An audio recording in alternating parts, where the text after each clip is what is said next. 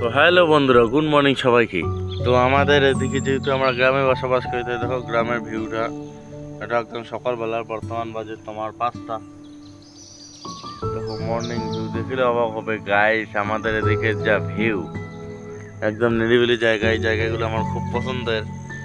দেখো এদিকে আমাদের একটা টাওয়ার আছে, ভিউটা একবার দেখো গাইস, অসাধারণ। গুড মর্নিং সবাইকে, থ্যাংক ইউ।